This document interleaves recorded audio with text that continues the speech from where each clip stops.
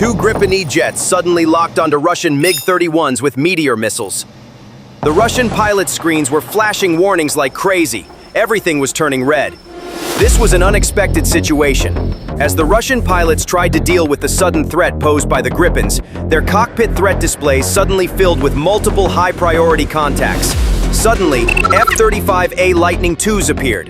The MiG-31s had fallen into an electronic trap, unable to comprehend what was happening. And soon, the Russian pilots would make the biggest mistake not only of their careers, but also of their country. It all began when three Russian MiG-31 Foxhound fighter jets took off rapidly from Chkalovsk Air Base. They immediately climbed to 45,000 feet and began advancing along their route over enemy airspace. Their speed and high-altitude capabilities gave them a sense of invincibility. At the designated point, the MiG-31s entered Estonian airspace, feigning a deliberate navigation error.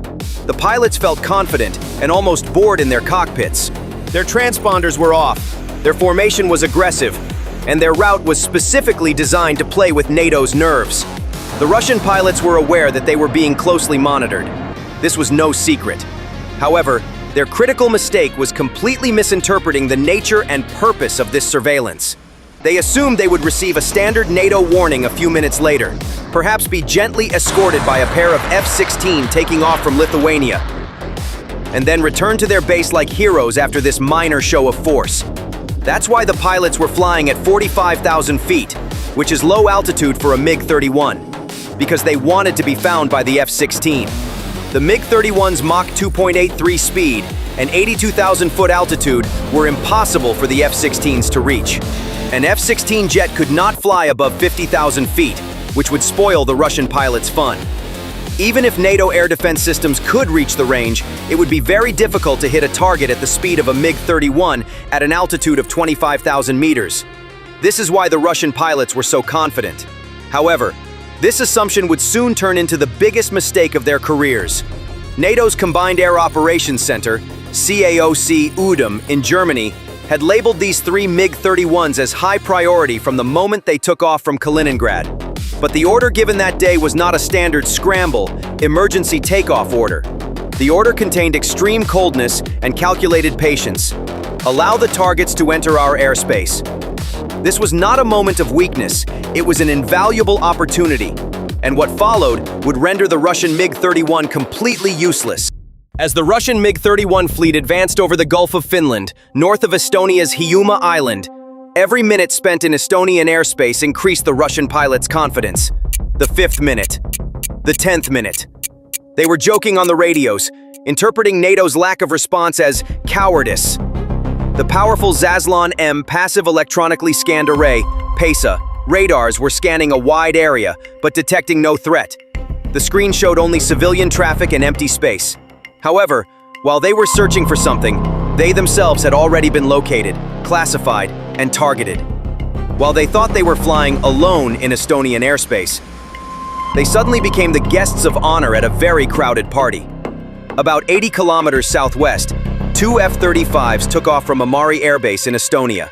These two Italian F-35A Lightning IIs, on patrol duty, were flying in completely passive mode, flying at a much lower altitude and in complete electronic silence, EMCON.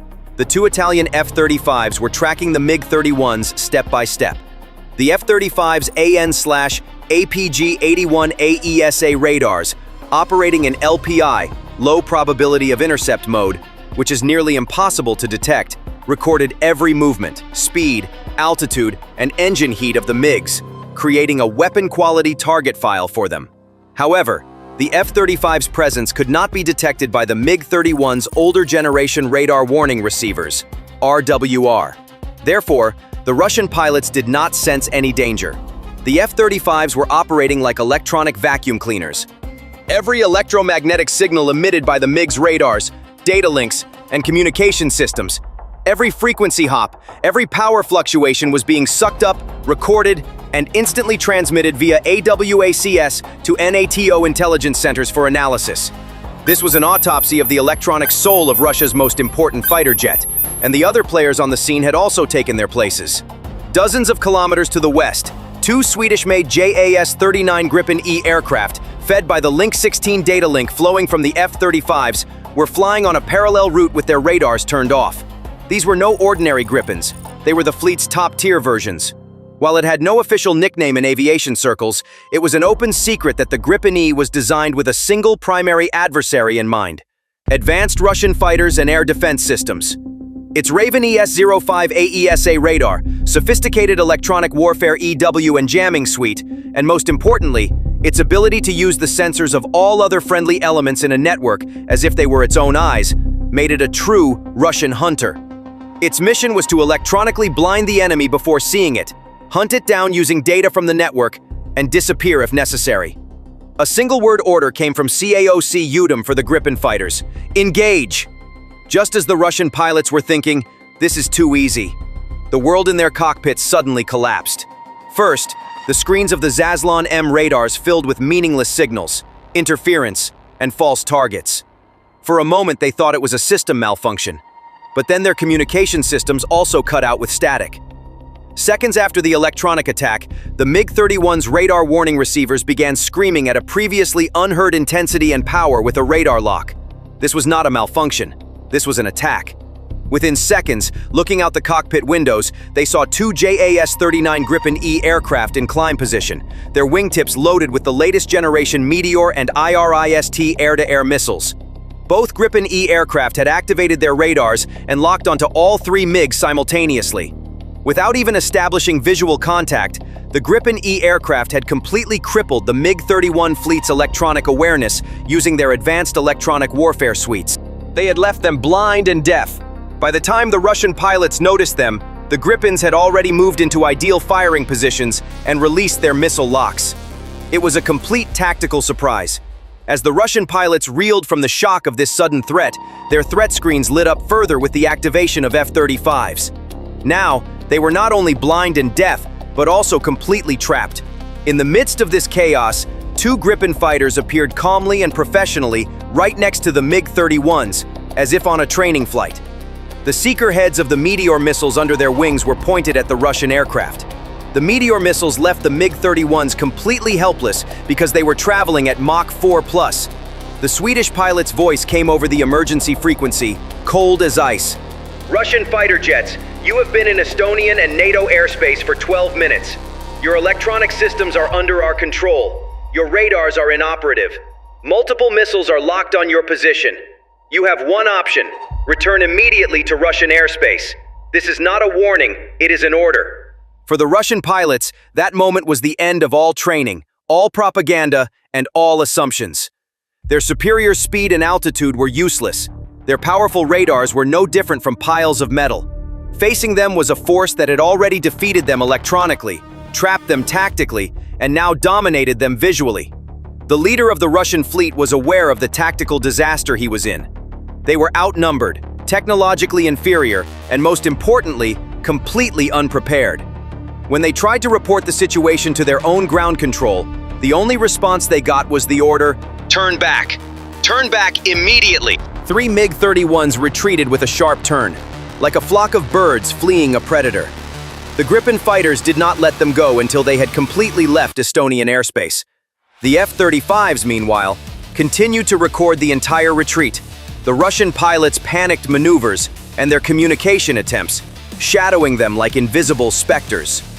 Not a single shot was fired at the end of this operation, but this was a defeat far more crushing than any physical clash. NATO had not only protected its airspace, it had also demonstrated, in a 12-minute lesson-worthy display, how helpless one of the most advanced fighter jets could be against a modern, network-centric warfare concept. Russian pilots returned to their bases not only with a mission report, but also with the jarring reality of how far behind their technology and tactics had fallen. After this incident, any subsequent deliberate and aggressive violation of NATO airspace would be met with lethal force under predefined conditions. This decision had the full support of Estonia, Poland, Sweden, and Germany. Even US President Trump made his position clear. Well, I don't love it. I don't love it. I don't like it when that happens. Such rogue behavior should not be tolerated. They should be shot down if necessary. So, could NATO jets shoot down the MiG-31? On paper, the MiG-31 Foxhound's capabilities were formidable. With a service ceiling exceeding 80,000 feet, approximately 25 kilometers, and a speed of Mach 2.83, nearly 3 times the speed of sound.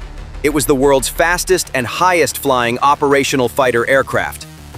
So, how could such a target be stopped in an air-to-air combat? We saw how it could be stopped at low altitude on September 19th. Advanced electronic warfare, network-centric data sharing, and a combination of 4.5 fifth-generation fighters rendered the MiG-31's speed meaningless. But was the situation different at high altitude, on its own turf? The answer lay in the fact that the MiG-31's strengths were also its greatest weaknesses. The MiG-31 is not a dogfight fighter. It is a massive, aerodynamically crewed interceptor missile platform. Its design philosophy is based on hunting American bombers by flying in a straight line at incredible speeds. At Mach 2.8 and 80,000 feet altitude, this aircraft's turning radius is tens of kilometers. Attempting a sharp maneuver would either cause the aircraft to structurally break apart or its engines to stall, flame out, in that thin atmosphere. In short, it couldn't apply the G-force required to evade a modern air-to-air missile. It was a fast target, but also a target traveling in a straight line.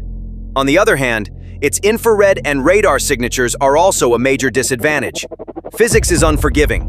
A fuselage cutting through the air at Mach 2.8 generates tremendous frictional heat. When flying at this speed, the MiG-31 becomes a giant infrared beacon glowing in the sky. For modern electro-optical targeting systems, EOTS, found on aircraft like the F-35 or the latest generation of IR-guided missiles, AIM-9X, Sidewinder, ASRA-AM. This is a perfect target that can be detected from hundreds of kilometers away. On radar, such a high speed instantly distinguishes it from slower targets due to the Doppler effect. It was impossible to conceal. Another weakness is electronic vulnerability. The September 19 operation proved that the MiG-31's electronic warfare and situational awareness systems are generations behind NATO standards. This situation did not change at high altitude. With the new engagement rules in place, the next MiG-31 violation may no longer be an intelligence-gathering mission, but a kill mission. The systems NATO would use to carry out this mission rely on the lethal synergy of an integrated network rather than the capability of a single platform. Here are the key components of this network that could successfully target a high-altitude MiG-31. In air-to-air combat, the MiG-31 may appear unrivaled at high altitudes. However, at this point, the Gripen E or a Eurofighter Typhoon enters the scene to play the role of the hunter. These aircraft may be flying at a lower altitude, such as 50,000 to 60,000 feet, like the F-35. They receive ready and processed targeting data from the F-35. The pilot pulls the trigger. The weapon launched is not a standard air-to-air missile. It is the MBDA Meteor. The Meteor has a solid fuel rocket motor as well as a ramjet engine. This means it can use air to fuel its engine and generate thrust for most of its flight. After launch, the Meteor climbs steeply, loft maneuver. While climbing to 80,000 feet, a standard missile would run out of energy and slow down. However, the Meteor's ramjet engine kicks in at this altitude and continues to accelerate the missile to speeds exceeding Mach 4. When a MiG-31 pilot receives a missile warning at a very late stage, they have two options: evade or maneuver. At Mach 2.8, they cannot escape a ramjet missile approaching at Mach 4+. Meteor reaches speeds of approximately 4,900 kilometers per hour and maintains this speed. It is physically impossible for a MiG-31 traveling at Mach 2.83, approximately 3,465 kilometers per hour, to evade a target continuously approaching it at Mach 4+. Attempting to maneuver is also physically impossible, as previously stated. Thanks to its enormous no-escape zone, the Meteor retains its energy and maneuverability until it reaches its target. For the MiG-31, this is a completely hopeless situation. Another impossibility regarding the MiG-31's escape is that the Meteor missile has a range of 200 kilometers. In air-to-air combat, there are many variables such as firing direction, angle, and so on. However, in a head-on engagement, a Meteor missile has a high probability of catching and shooting down a MiG-31 flying at high speed from a distance of 100 to 130 kilometers. Even in the most challenging scenario, i.e., high-altitude rear engagement, the Meteor missile can still intercept the MiG-31 from a distance of 30 to 50 kilometers. Another option for air-to-air combat is the latest version of NATO's standard BVR missile, the AMRAAM. This missile poses a serious threat to the MiG-31. Thanks to its increased range, more advanced rocket motor, and two-way data link, the AIM-120D can receive target updates from platforms such as the F-35 or AWACS, even after launch. The rocket motor propels the missile to approximately Mach 4, about 4,900 kilometers per second. Although it begins to lose this speed towards the end of its flight, this overwhelming initial speed advantage quickly closes the gap with the MiG-31, which flies at Mach 2.83. This forces the MiG pilot into defensive maneuvers that consume speed and energy to survive, making him an easier target for a second Meteor or another missile coming from behind. In the operations room at KAK-UDEM, when the red icons on the giant screen left Estonian airspace and headed east, there was not relief in the room, but quiet satisfaction. Russia's provocation had not only been countered, but also turned into an intelligence opportunity. The Russians' critical mistake was assuming NATO's presence in the Baltics was merely a symbolic air policing force. What they actually encountered was a dynamic and lethal integrated air defense system, capable of managing different generations of fighter jets from different countries through a single network with real-time data flow. What happened in Estonian airspace on September 19th was not just a successful interception operation. It was an event that fundamentally shook and reshaped NATO's defense paradigm in the Baltics. The atmosphere was tense at the closed-door meeting. Representatives from Estonia, Poland, and Sweden, then the alliance's newest member, argued that the long-standing polite escort policy was now perceived by Russia as a weakness. They stated that Russia knew the limits of NATO's rules of engagement, ROE, and was consistently pushing those limits without paying any price. It was emphasized that the September 19th operation had demonstrated technological superiority, but that the next provocation could be much more dangerous. With Germany's support, a new and much tougher proposal was put on the table: the re-establishment of deterrence. This was not a declaration of war. It was a clear message to the other side about what the next move on the chessboard would be. After several days of intense diplomatic and military consultations, agreement was reached on a new engagement protocol. The question was no longer, will they do it again? But, if they do it again, can we really stop them? Ultimately, NATO's capability is not just a technical superiority, but also a political message. The announcement of new engagement rules and the existence of a credible military capability to enforce them fundamentally changes the deterrence equation for Russia. The era of safe and cost-free provocations is over. The cost of the next deliberate violation could be not just a diplomatic protest, but also the loss of billions of dollars in strategic assets and highly trained pilots. The risk-reward analysis now clearly favors the West. Thank you for choosing us.